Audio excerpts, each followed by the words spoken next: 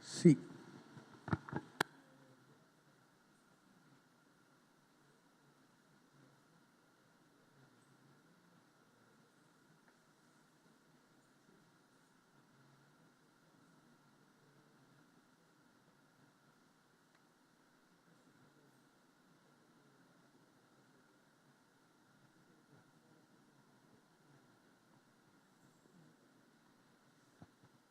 El Señor nos bendiga. El hermano Ángel nos dejó en el silencio. Sí, yo me quedé en el silencio, pero el silencio se nos prolongó por 2 semanas.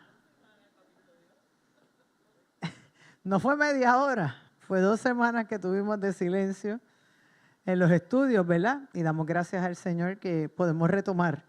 Y nos toca, yo no sé si yo lo hice bien o yo no leí bien cuando le di la asignación a Ángel, pero al final del camino me tocaron lo más duro, ¿verdad? Porque me tocaron, ya de los 3 7 me tocaron 2. Las cartas, y ahora pues vamos a trabajar con las 7 trompetas.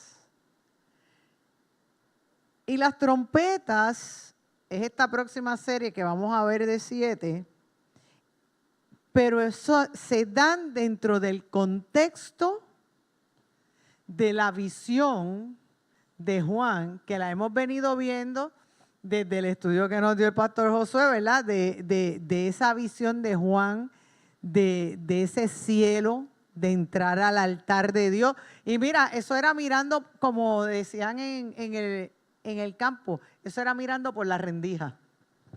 Porque en ningún momento dice que Juan entró. Dice que Juan estaba viendo desde afuera, ¿verdad? Juan estaba viendo eso. Y entonces, en medio de esa visión que el Señor le da a Juan en el templo celestial, pues vamos a empezar a ver qué es lo que está pasando. Si mi lector me ayuda y nos lee los primeros versículos para hoy, antes de que empecemos a leer, ubíquese en el capítulo 8 de Apocalipsis. Ahí es que estamos. Capítulo 8 del libro de Apocalipsis. Ya el versículo 1 fue ya discutido.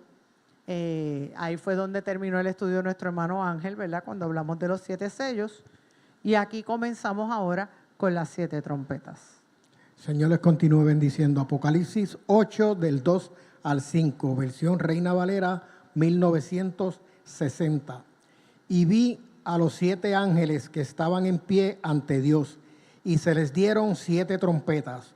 Otro ángel vino entonces y se paró ante el altar con un incensario de oro, y se le dio mucho incienso para añadirlo a las oraciones de todos los santos, sobre el altar de oro que estaba delante del trono.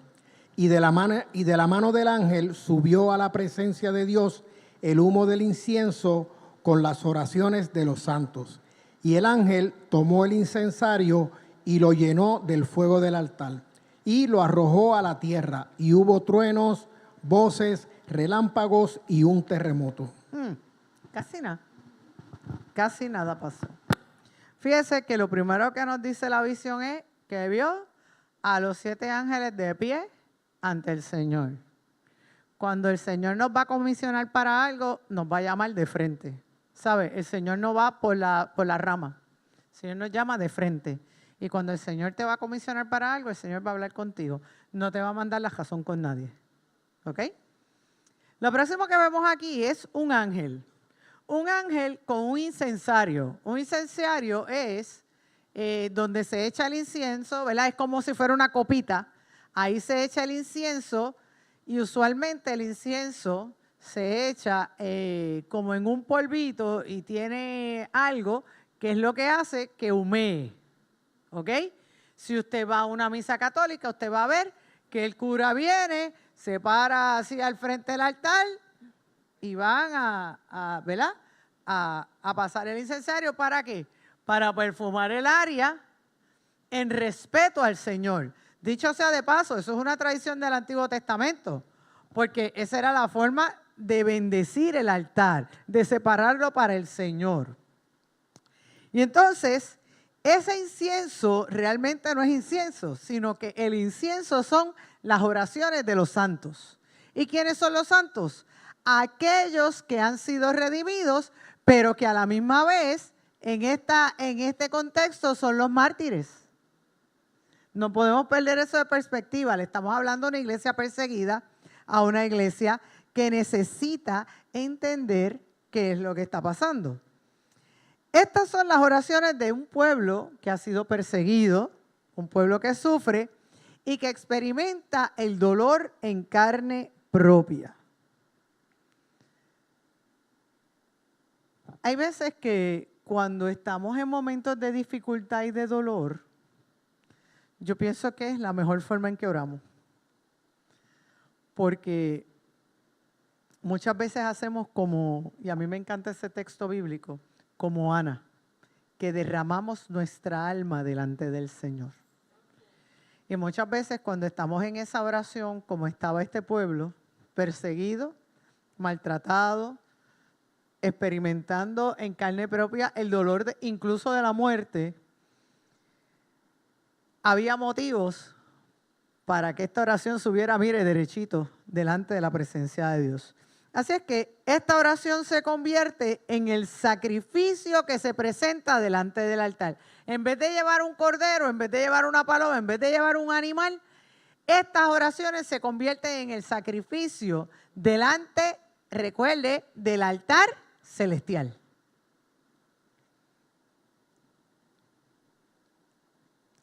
Y con el fuego, ¿verdad?, que sale del altar, ese fuego es enviado a la tierra, ¿ok? Y fíjense la ilustración que hace el vidente. Dice que lo que se envió fue trueno, voces, relámpagos y un terremoto. Todas esas cosas eran significativas dentro de la teología judía y a la misma vez conocidas para el mundo de la antigüedad. Yo pensaba en este asunto y me puse a buscar. Para la antigüedad no era muy difícil entender este asunto de los terremotos y de los volcanes y todas esas cosas, porque ya el evento de Pompeya había pasado cuando se escribe el Apocalipsis. Así es que hay recuerdos de ciudades que pasaron exactamente lo mismo. Si vamos atrás a las cartas, vimos que varias de esas ciudades pasaron por terremotos. Incluso, no quiero decir en qué ciudad fue porque no recuerdo el dato exacto, pero hubo una de las ciudades que pasó 2 terremotos y nunca quiso la ayuda del imperio para restablecer la ciudad. Y eso es importante porque el que está escuchando, el que está recibiendo el mensaje, lo entiende. Por eso es que muchas veces a nosotros, en la distancia cronológica, hay cosas que a lo mejor se nos hacen difícil entender. Vamos a escuchar qué nos dice Éxodo 28, porque de alguna forma esta respuesta a las oraciones nos recuerda esa presencia de Dios en el monte Sinaí. Éxodo 20, 18. Todo el pueblo observaba el estruendo y los relámpagos y el sonido de la bocina y el monte que humeaba, y viéndolo el pueblo temblaron y se pusieron de lejos. Recuerda ese texto, ¿verdad? Eso sucede cuando Dios saca al pueblo de Egipto y entonces ya después de eso llegan allá al monte Sinaí y es que Dios le da a Moisés los mandamientos y todas esas cosas. Pero si usted lee después del versículo 18 le va a decir, va a leer que el pueblo le dice, mira, mano, esto está difícil, vete tú y habla con él. Vete tú y habla con él, porque si él habla con nosotros, yo creo que quedamos todos muertos aquí de una. Así es que vemos cómo eso sucede. Vamos a escuchar lo que nos dice el profeta Ezequiel en Ezequiel 10. Ezequiel 10:2 dice, y habló al varón vestido de lino, y le dijo, entra entre las ruedas debajo de los querubines, y llena tus manos de carbones encendidos de entre los querubines, y espárcelos sobre la ciudad. Y entró a vista mía. Mire, el trueno, los relámpagos, el terremoto, cuando nosotros leemos en el Antiguo Testamento todos los profetas que hablan del día terrible del Señor, usted va a ver estos elementos que son comunes. ¿Por qué? Porque está comenzando, en estos textos, está comenzando la manifestación de la ira de Dios sobre la tierra. ¿Ok? Eso es lo que está pasando aquí. Estamos comenzando a ver la manifestación de Dios, de la ira de Dios sobre la tierra. Entonces, ¿qué significado tienen las trompetas? En primer lugar, la trompeta es un símbolo de la intervención de Dios en la historia. Muchas veces en el Antiguo Testamento hemos escuchado el término shofar. Eso es una trompeta hecha, ¿verdad?, de cuerno. Pero es lo mismo, ¿ok? Cuando venían los ejércitos victoriosos, se tocaban las trompetas, ¿verdad? Cuando salía el César, se tocaban las trompetas para decir, anunciar, ¿verdad? Pero en esta visión, las trompetas son una demostración de la ira de Dios y las primeras 4 en particular van a tratar el asunto de la destrucción parcial de la creación y de la humanidad. Esa creación que vemos en Génesis va a empezar a irse destruyendo. Y entonces vemos cómo el juicio se va a manifestar por medio de eventos de la naturaleza. Por eso es que usted ve que la gente está pendiente cuando se habla del Apocalipsis a ver si el agua se convierte en sangre y si la luna se oscurece. Eso es lo más que a la gente le interesa. Mirando para arriba y mirando para el agua. Tenga cuidado. Porque fíjense que a los discípulos le dijeron, ¿qué hacen mirando para arriba? Cuando el Señor venga, que nos coja haciendo lo que hay que hacer. Eso es nuestro trabajo, hacer lo que hay que hacer, ¿ok? Así es que las otras 3 trompetas, hablé de las primeras 4, están caracterizadas por ser ayes o lamentos por lo que ha de suceder. Y créame que cuando lleguemos a esas últimas 3 trompetas, apriétese el cinturón, ¿sabe? Apriétese el cinturón.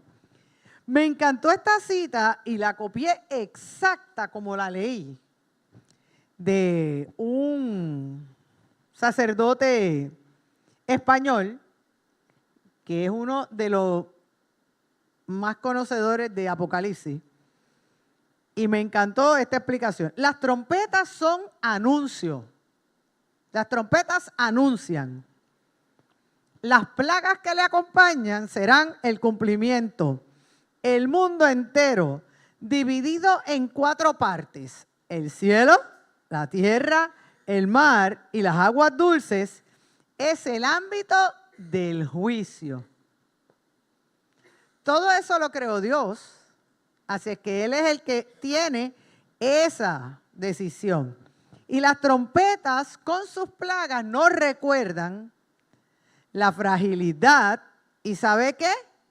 Que no hay impunidad cuando nosotros lastimamos las fuentes de la vida misma. Fíjese que aquí va a caer sobre las cosas que nos dan vida.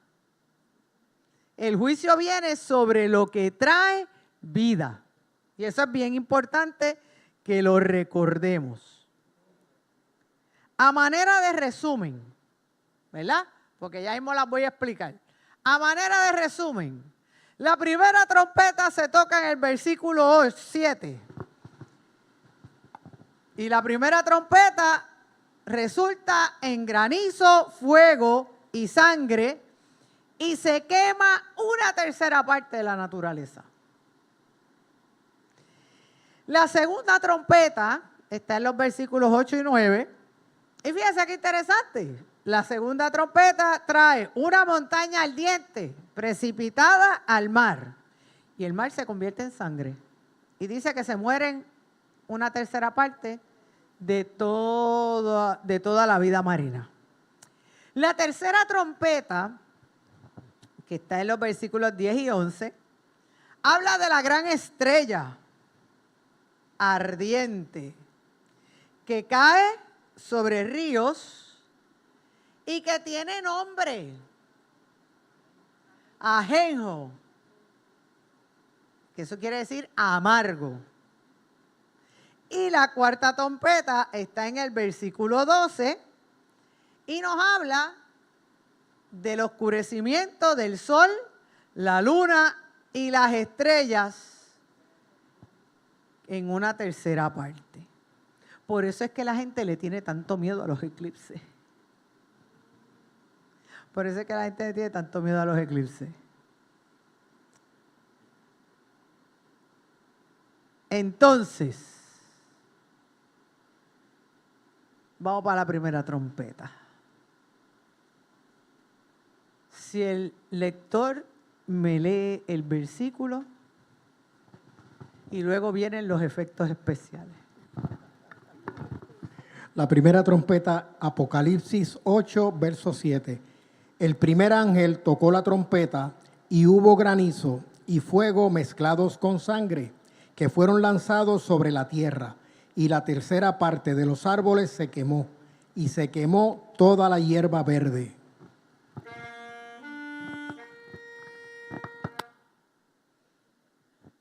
Para que usted vaya afinando el oído. No le va a sonar tan bonito. Yo le garantizo que la que van a sonar de allá arriba no va a sonar tan bonito como esa. Fíjese lo que trae. Trae granizo y fuego. Y dice que se quemó una tercera parte de los árboles y de la hierba verde. Cuando yo leí esta descripción, yo traté de como que, ¿verdad?, de alguna forma irme a la naturaleza. Y a mí me parece esta primera trompeta muy parecida a lo que pasa en los tornados. Los tornados se caracterizan, además de la nube en forma de embudo, se caracterizan por los granizos, usualmente hay mucho granizo, truenos y usualmente causan fuegos. Yo dije, wow. Fíjate cómo nosotros podemos ir entendiendo esto. No es que ahora cada vez que usted ve un tornado esté pendiente a ver si sonó o no sonó la trompeta, ¿sabe? No se me asuste. Porque hay regiones donde son más comunes que en otras.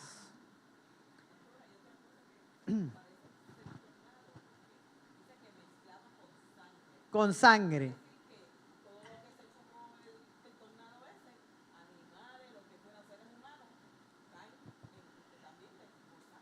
Y ya mismo voy con la sangre. Pero vamos a ir un momentito a Éxodo 9, porque estas primeras 4 trompetas en particular, todas, pero estas primeras 4 en particular, tienen ecos en las 10 plagas de Egipto. tienen un eco particular en las 10 plagas de Egipto. Así que vamos a leer Éxodo 9, el versículo 24. Esa es la 7ª plaga. Mi lector. Dice, hubo pues granizo y fuego mezclado con el granizo, tan grande cual nunca hubo en toda la tierra de Egipto desde que fue habitada. Fíjese, se le parece, ¿verdad? Idéntico a esa plaga. Como nunca antes lo habían visto. Entonces, fíjese que aquí habla de sangre. ¿Cuántos aquí se marean cuando ven sangre? Sí, no, no. No, si tú me dices que sí, yo me asusto. Yo me asusto aquí. Sí. Pero muchas veces cuando la gente ve que alguien está sangrando mucho, hay preocupación, ¿verdad? Y la sangre le da como mayor caracterización a este asunto, ¿verdad? Y lo hace un poquito más dramático. Yo no sé cuántos recuerdan una película, esa es de mi época de adolescente, así que todos los que fueron adolescentes conmigo, y aquí hay unos cuantos de mi época, o mayores que yo, deben recordar una película de Hollywood que se llamaba Carrie. Googleela después. Y una de las cosas que impresionaba de esa película en la promoción era como caía aquel balde como de sangre, ¿verdad? Sobre aquella muchacha, ¿verdad? Una película que lo que hace es exaltar al enemigo de las almas, y esa no es mi intención tampoco. Pero es para dejar, ¿verdad? De alguna forma hacer, ¿verdad? Que podamos entender ese asunto, cómo la sangre le imprime cierto dramatismo. Por otro lado, no podemos perderle perspectiva que el imperio siempre va a traer sangre. Sangre, ¿por qué? Porque decía Anisa ahorita, se va a llevar enredado todo lo que haya. Pues claro, va a morir, va a morir. Entonces todo lo que muere va a derramar la sangre. Ok, entonces, yo te puse ahí el texto de Joel. Por favor, Joel 2:10. Dice, delante de él temblará la tierra, se estremecerán los cielos, el sol y la luna se oscurecerán y las estrellas retraerán su resplandor. Fíjese, cómo ya el profeta Joel nos estaba advirtiendo sobre eso. Si usted quiere leer sobre el día terrible del Señor, le hace Joel.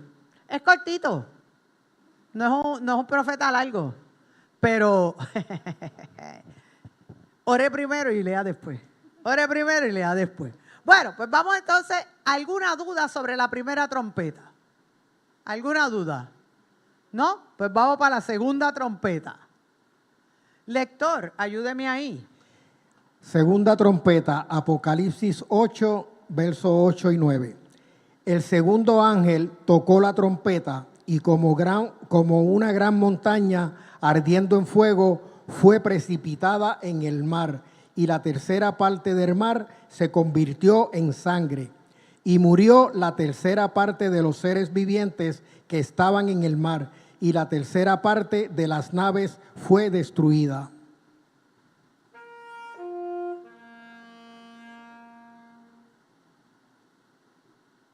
Una gran montaña ardiendo. Vimos ahorita, ¿verdad?, que esto nos puede recordar el Sinaí por un lado. Pero por otro lado, en la antigüedad eran comunes los volcanes. Y en esa área de Asia Menor, es común. Es un área volcánica. Toda esa área de Europa Oriental hay muchos volcanes. Y fíjese que dice que fue precipitada al mar. Puerto Rico se plantea que está sobre un volcán submarino. Y algunos científicos plantean que cuando hay terremotos de gran magnitud, es porque hay volcanes submarinos que están en erupción. Ese no es mi área de expertise. Son las placas tectónicas, pero plantean que en algunas áreas hay volcanes submarinos. Uh-huh. Claro.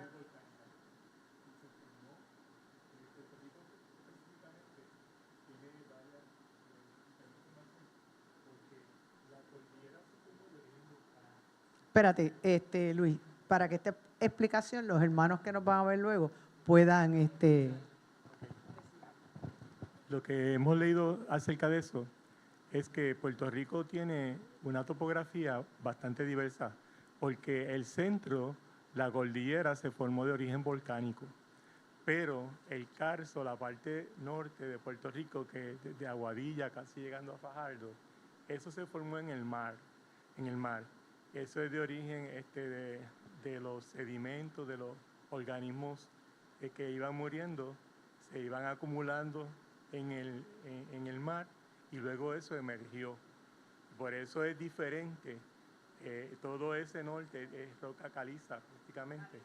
Entonces, la parte sur de Puerto Rico luego se fue meteorizando. La cordillera se fue meteorizando y entonces se fue degradando.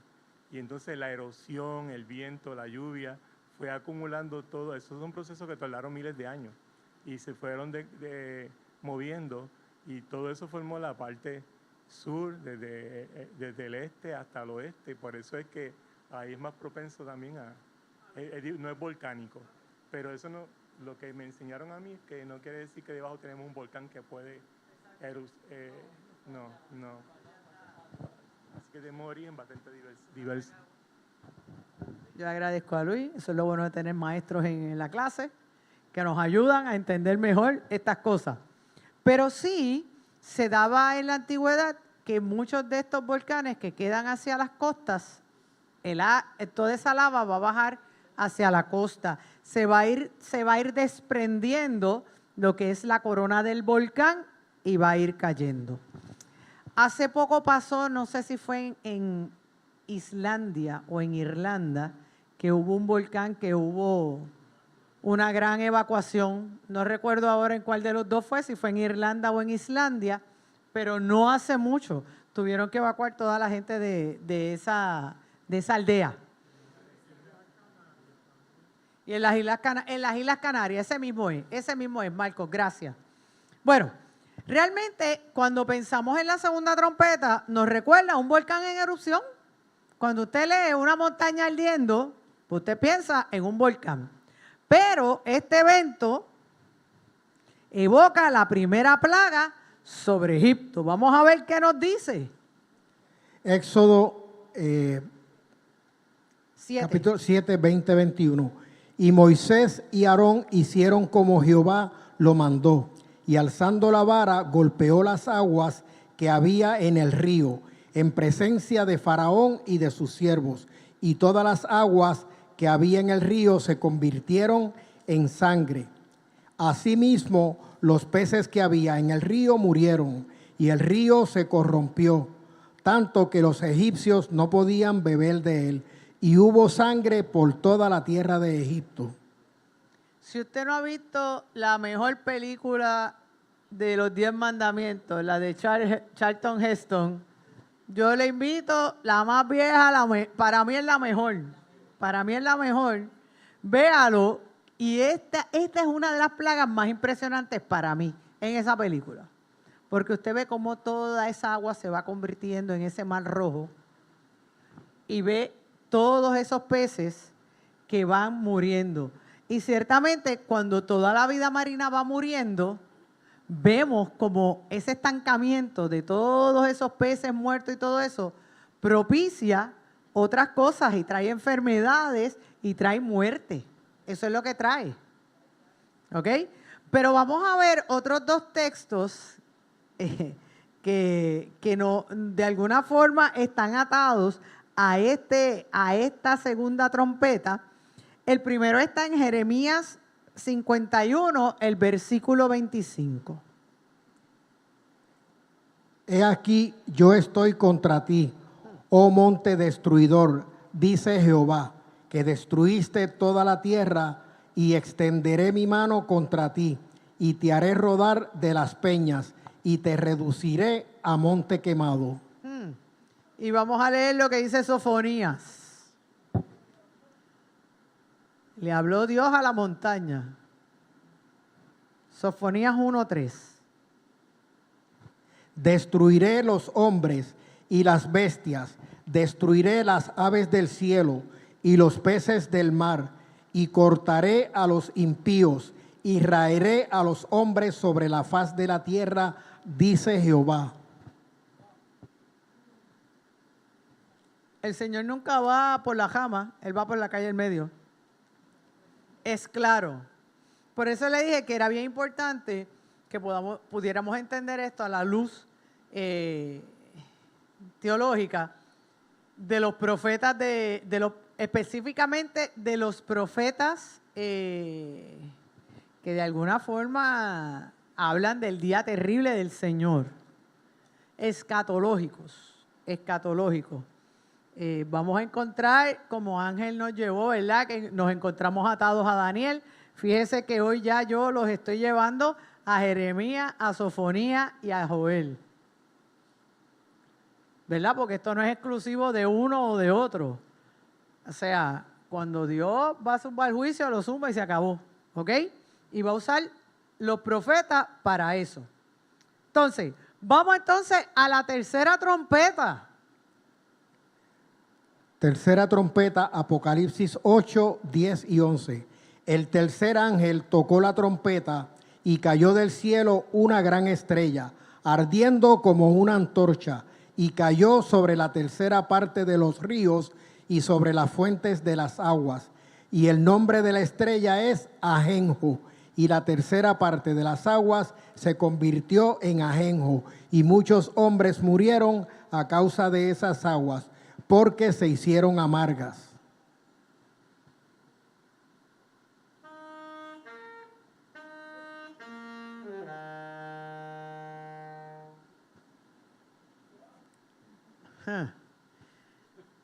Fíjese que cuando este ángel toca la trompeta, dice que cayó del cielo una gran estrella.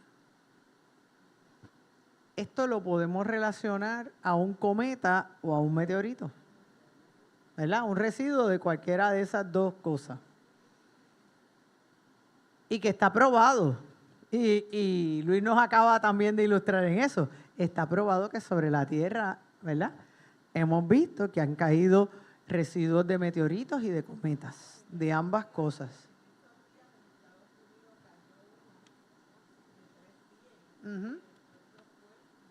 Increíble. De 3 pies. Bueno, pero con la velocidad que venía, claro, pero con la velocidad que venía, se fue desintegrando y lo que cayeron fueron 3 pies, pero la velocidad, ¿verdad?, hace que sea estruendoso. Pero fíjese que dice que era como una antorcha. O sea, no podía escapar al ojo. Es algo que todo el mundo iba a ver. Porque, ¿y cuál es el propósito de la antorcha? Alumbrar, que la vean. Que la vean, ¿ok? Y entonces, ¿esto cae sobre qué? Dice sobre los ríos y las fuentes de agua. Las fuentes de agua son el agua dulce, ¿ok? Sobre todo el agua, porque el otro cayó sobre el mar. El otro hirió el mar, ahora está hiriendo los cuerpos más pequeños. ¿Qué hacen esos cuerpos usualmente? Nos dan agua a nosotros. Es como si cayera ahora en Carraízo o en La Plata. ¿Verdad? Que son los embalses más grandes. O en Oaxaca, o en Tuabaca, acá en el sur. ¿Qué va a pasar? Vamos a tener un problema grande. O si cayera en el Río Grande de Loíza. ¿Verdad? O como dice Omar, si cayera en el Amazonas. ¿Qué va a pasar? Toda esa agua se va a amargar. Y ahora hay fiebre, ¿verdad? Con esas cosas de comer cosas como que son así amargas, sour. Pero la realidad es que si usted come cosas amargas, le va a hacer daño.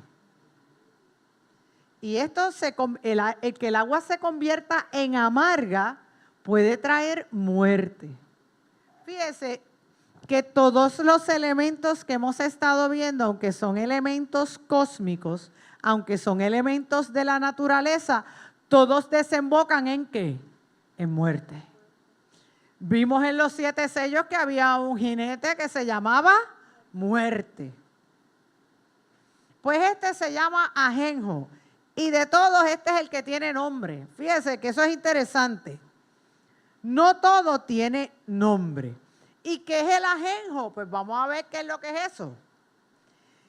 El ajenjo es una planta oriunda de Europa, Asia y el norte de África. Exactamente donde estamos ubicados. Recuerde que estamos en Asia Menor y de Asia Menor al norte de África es un pasito. Un pasito, montarse en un botecito y ya está. Y dice que tiene un sabor amargo, pero que el extracto de esa planta es venenoso. Ahora entendemos por qué se llama ajenjo, dice que amarga las aguas y trae muerte. ¿Ok? Vamos a ver Amós 5:7. Los que convertís en ajenjo el juicio y la justicia le echáis por tierra. Casi nada. Los que convierten el ¿qué? El juicio en ajenjo, en amargura. Fíjese que Noemí se cambia el nombre. Cuando usted va al libro de Ruth, Noemí se cambia el nombre a Mara. ¿Por qué? ¿Por qué qué? Estaba en amargura. Mire la importancia que tienen los nombres en la antigüedad, porque nos van a mostrar algo más. Pero esto también nos lleva a la primera plaga de Egipto. Yo les dije que las plagas de Egipto están aquí retratadas. Vamos a Éxodo 7. Y en todo Egipto hicieron pozos alrededor del río para beber, porque no podían beber de las aguas del río.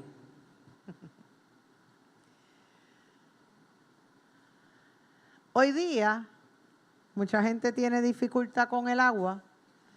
¿Y qué hacemos? O compramos un filtro o compramos agua embotellada para resolver el problema, ¿verdad? Tenga cuidado porque ya no sabemos ni si los filtros no serán, ¿verdad?, completamente útiles y no podemos garantizar que el agua embotellada esté libre de cualquier contaminante. ¿Ok? Así es que, ojo con eso. Pero el envenenar el agua era una táctica militar que se usaba mucho en la antigüedad.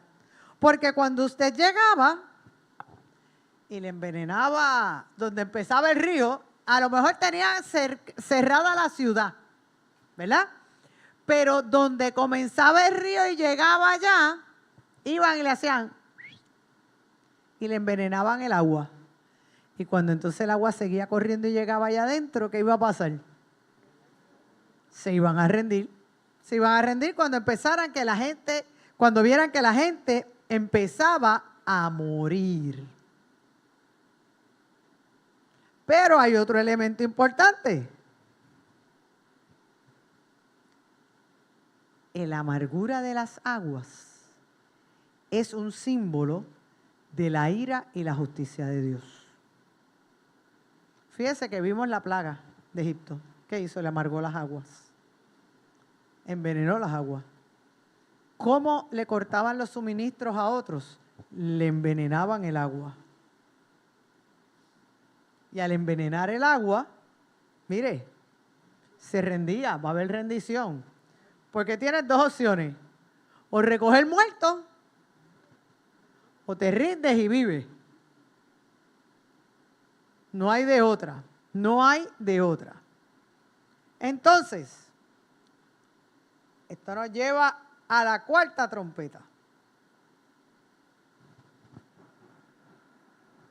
La cuarta trompeta. La cuarta trompeta, Apocalipsis 8, verso 12.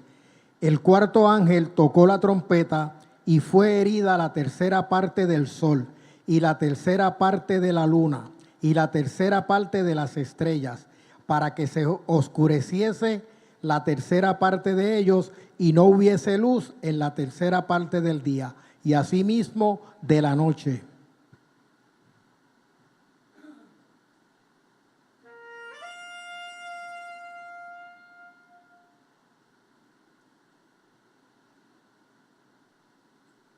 Esta trompeta hiere el día y la noche. Fíjese. Cuando vamos al Génesis, dice que el Señor primero hizo el sol, lo llamó la gran lumbrera y la pequeña lumbrera, ¿verdad? Y llamó a la claridad el día, a la tiniebla la noche, ¿verdad? Y entonces, pero habían dos lumbreras, una para que alumbre el día, que es más grande, y una para que alumbre la noche, más pequeña. Ahora, toda la cosmología es herida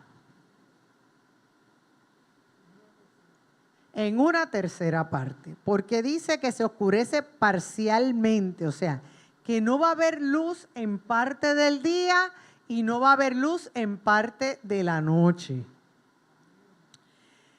Vuelvo a hacer referencia a esto porque pues, la gente tiene fascinación con querer adelantarse a todo, ser como Panasonic, adelantando el futuro. No, un anuncio no pagado. Pero mucha gente, cuando llegan los eclipses, usted ve que sale mucha gente a profetizar. Cuando dicen que va a haber un eclipse parcial o total o lo que sea, sale mucha gente a profetizar. Y precisamente estos son el tipo de textos que escogen, como el texto de Joel que ahorita nos leyó nuestro hermano Fernando, como textos como este, incluso textos del Éxodo, que ya mismo lo vamos a ver. ¿Por qué? Porque hay cierta fascinación del ser humano con adelantarse al futuro. Y entonces, cuando vemos que la cuarta trompeta lo que nos está diciendo es que una tercera parte del sol, de la luna y de las estrellas es herido, pues rápido pensamos en este tipo de eventos que son naturales, que se dan por nuestra rotación, por nuestro sistema solar, y lo podemos explicar científicamente. Pero cuando este evento ocurra, no va a ser como esos. Va a ser distinto. Porque nosotros vamos a entender, porque vamos a haber escuchado la trompeta. ¿Ah? Tú no quieres estar aquí, pero no hay problema. A lo mejor no estamos aquí cuando suene la trompeta. Aunque cuando suene la trompeta en aquel día final yo quiero estar, y que cuando allá se pase lista mi nombre yo feliz responderé, ¿verdad? Pero fíjese que se oscurece parcialmente todo. No es, yo diría que es como cuando la luna está en cuarto menguante o cuando estamos en un día altamente nublado, ¿ok? Tal vez el evento más difícil o el más fácil tal vez para nosotros visualizar que esto estaría sucediendo sería el asunto del sol. ¿Por qué? Porque es quien más brilla. Y a menos que sea un día casi de tormenta, que usted no ve el sol, pues es difícil. Aunque a nosotros nos pasó, ¿verdad? Papá, fuimos de viaje y Omar me dice, no vimos el sol hasta que cruzamos la frontera y salimos de un estado a otro. 3 días de, mire, neblina y lluvia. Cogimos en tiempo de Navidad. Terrible. Bueno, Pero esta trompeta evoca la 9ª plaga de Egipto. Vamos a verla. Éxodo 10, verso 21. Jehová dijo a Moisés, extiende tu mano hacia el cielo para que haya tinieblas sobre la tierra de Egipto, tanto que cualquiera las palpe. Y extendió Moisés su mano hacia el cielo y hubo densas tinieblas sobre toda la tierra de Egipto por 3 días. Ninguno vio a su prójimo, ni nadie se levantó de su lugar en 3 días. Mas todos los hijos de Israel tenían luz en sus habitaciones. ¿Usted sabe lo que es usted no ver ni al vecino? Ni al que está al lado suyo. De los densas de esas tinieblas. Eso mismo es lo que esto está diciéndonos. Aquí esto se va a oscurecer, no hay más nada. No van a poder ver. Ya las estrellas no van a ser. Por eso le digo, imagínense una noche nublada en cuarto menguante o cuarto creciente. Cualquiera de las dos.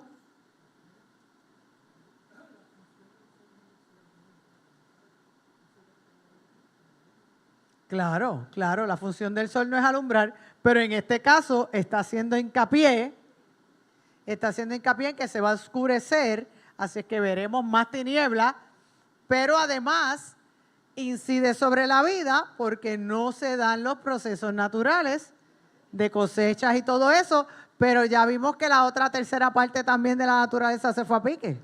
O sea, todo va en cadena, todo va en cadena. Ok.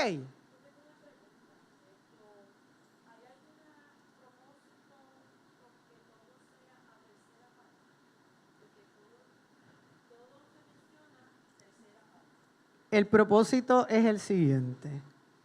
Todo va a tercera parte porque todavía el juicio final no se ha dado. El juicio va porcionado, va a ir incrementando. Ya mismo voy a hablar sobre eso y es parte del próximo estudio. Sí, no se adelantó. La pregunta es bien válida, la pregunta es muy válida. Y qué bueno que la trajo. Bueno, voy a hacer un resumen de estas 4 trompetas y voy a atar un poquito con eso.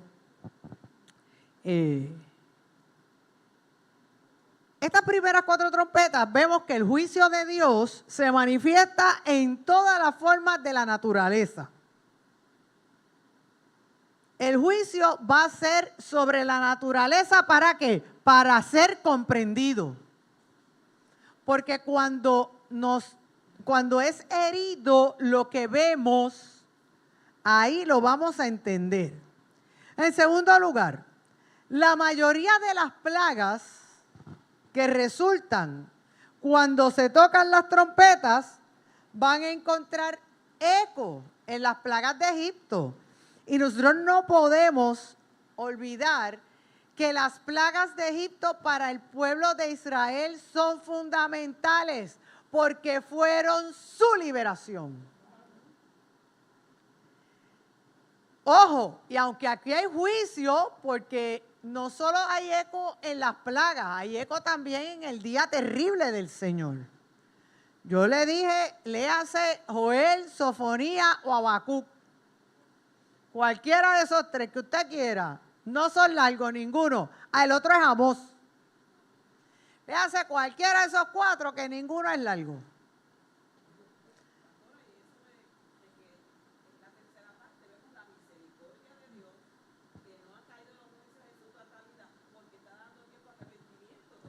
Claro. Y por otro lado, tenemos...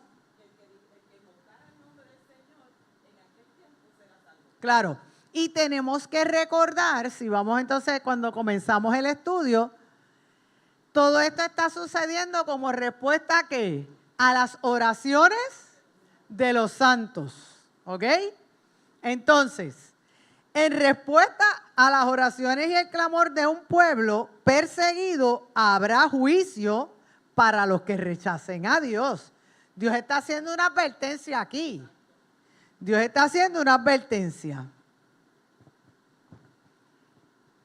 Y yo solamente voy a usar un pedacito del versículo 13 para dejarlos ahí, para cogerlo aquí. No, este lo voy a leer yo, porque es un pedacito nada más. La semana que viene lo lees completo. Esto voy a leer un pedacito de ese versículo 13 que dice, solamente voy a leer esto. Ay, ay, ay. 3 ayes, que son las próximas 3 trompetas. No solo que son 3 ayes que vamos a ver, sino que ya nos está advirtiendo que lo próximo que va a suceder va a ser mayor que lo que estamos viendo. Ahí está el propósito. Por eso es...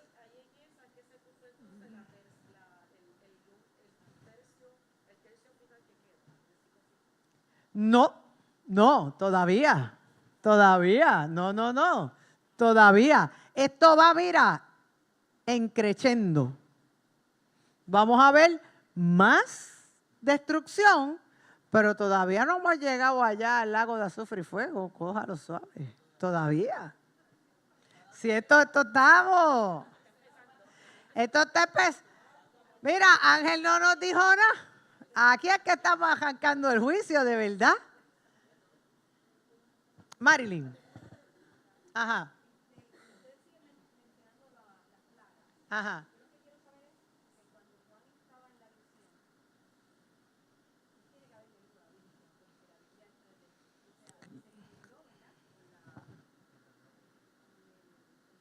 Ajá, ajá.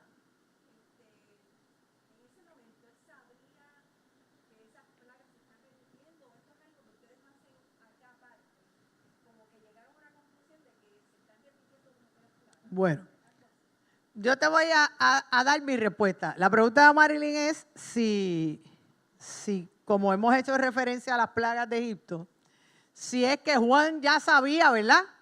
Desde el punto de vista bíblico, porque ya obviamente en ese tiempo habrían algunos libros escritos, o si esto es en base a los estudios, a lo que sabemos.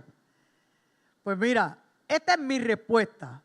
Esta es mi respuesta y usted puede tener una distinta a la mía y yo no sé si Ángel tiene una, pero yo voy a dar la mía. A mí me parece que entendiendo toda la simbología que hemos estado viendo y que tiene el libro de Apocalipsis, yo creo que esto es parte del código para que la gente lo pueda entender. Esto es parte del código. Afirmar si Juan tenía todo el conocimiento o no, no podría decir que es así. Que nosotros como estudiosos, y aquí yo me he tenido que poner estudiosa también, ¿verdad? Pero a la luz de los estudiosos de la Biblia, del texto, a través de los siglos, yo entiendo que si estamos haciendo estamos atando estos eventos, es porque realmente son parte de. Pues es una revelación, por eso es que mi respuesta es, yo entiendo que dentro de todos los códigos que hemos ido estudiando, que tiene el Apocalipsis, yo entiendo que es parte posiblemente de lo que Dios está usando para llegar hasta aquí. Ahora, a ciencia cierta, pues mi respuesta sería, desconozco. Si es solamente un asunto de estudio bíblico-teológico o si es parte del conocimiento de Juan, porque por otro lado no podemos olvidar que estos no son gente de mucha letra.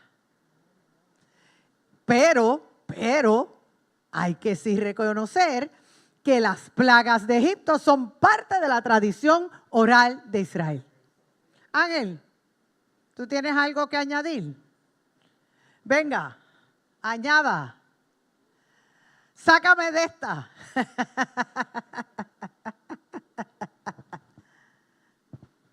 Hay que entender un asunto importante.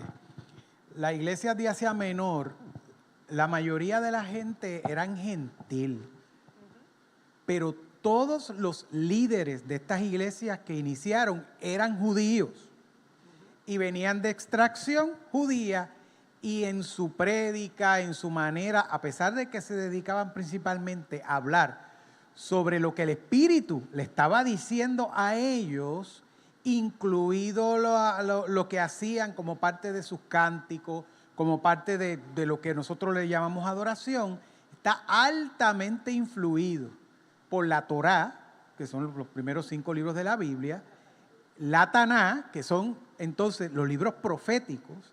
Entonces, son parte de la jerga. Y recuerdan que habíamos dicho en una de las clases que di que había, y en este tiempo, después del tiempo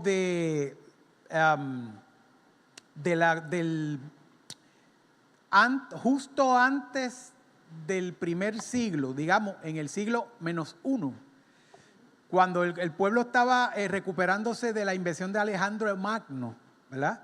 Pues nació un tipo de literatura apocalíptica que fue desde ese tiempo hasta 300 años después, que había mucho escrito que hacía énfasis en las profecías del Antiguo Testamento y que veían relación entre lo que estaba ocurriendo con el Imperio Macedonio primero y luego con el Imperio Romano.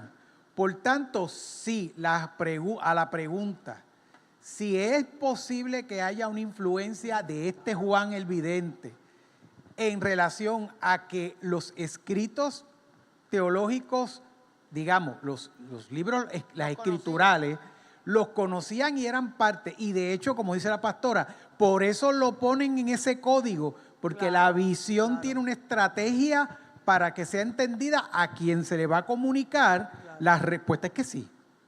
¿Sabe? Lo más probable es que sí. Y hay otro elemento, y es que, como dice Ángel, la mayoría de los líderes en estas comunidades eran de extracto judío, pero no podemos tampoco divorciarnos del hecho que había también una comunidad judía grande en Asia Menor. Si usted ve el libro de los Hechos, ¿qué pasa en Pentecostés? Todo el mundo los escucha hablar en su lengua. ¿Y qué dice que habían? Partos, medos de Mesopotamia, o sea, de una serie de sitios de Asia Menor y un poco más allá, pero eran judíos porque estaban allí para celebrar la fiesta. Recuerde que nuestro Pentecostés se da dentro del contexto del Pentecostés judío. ¿Ok? O sea, nosotros no podemos disociar una cosa de la otra.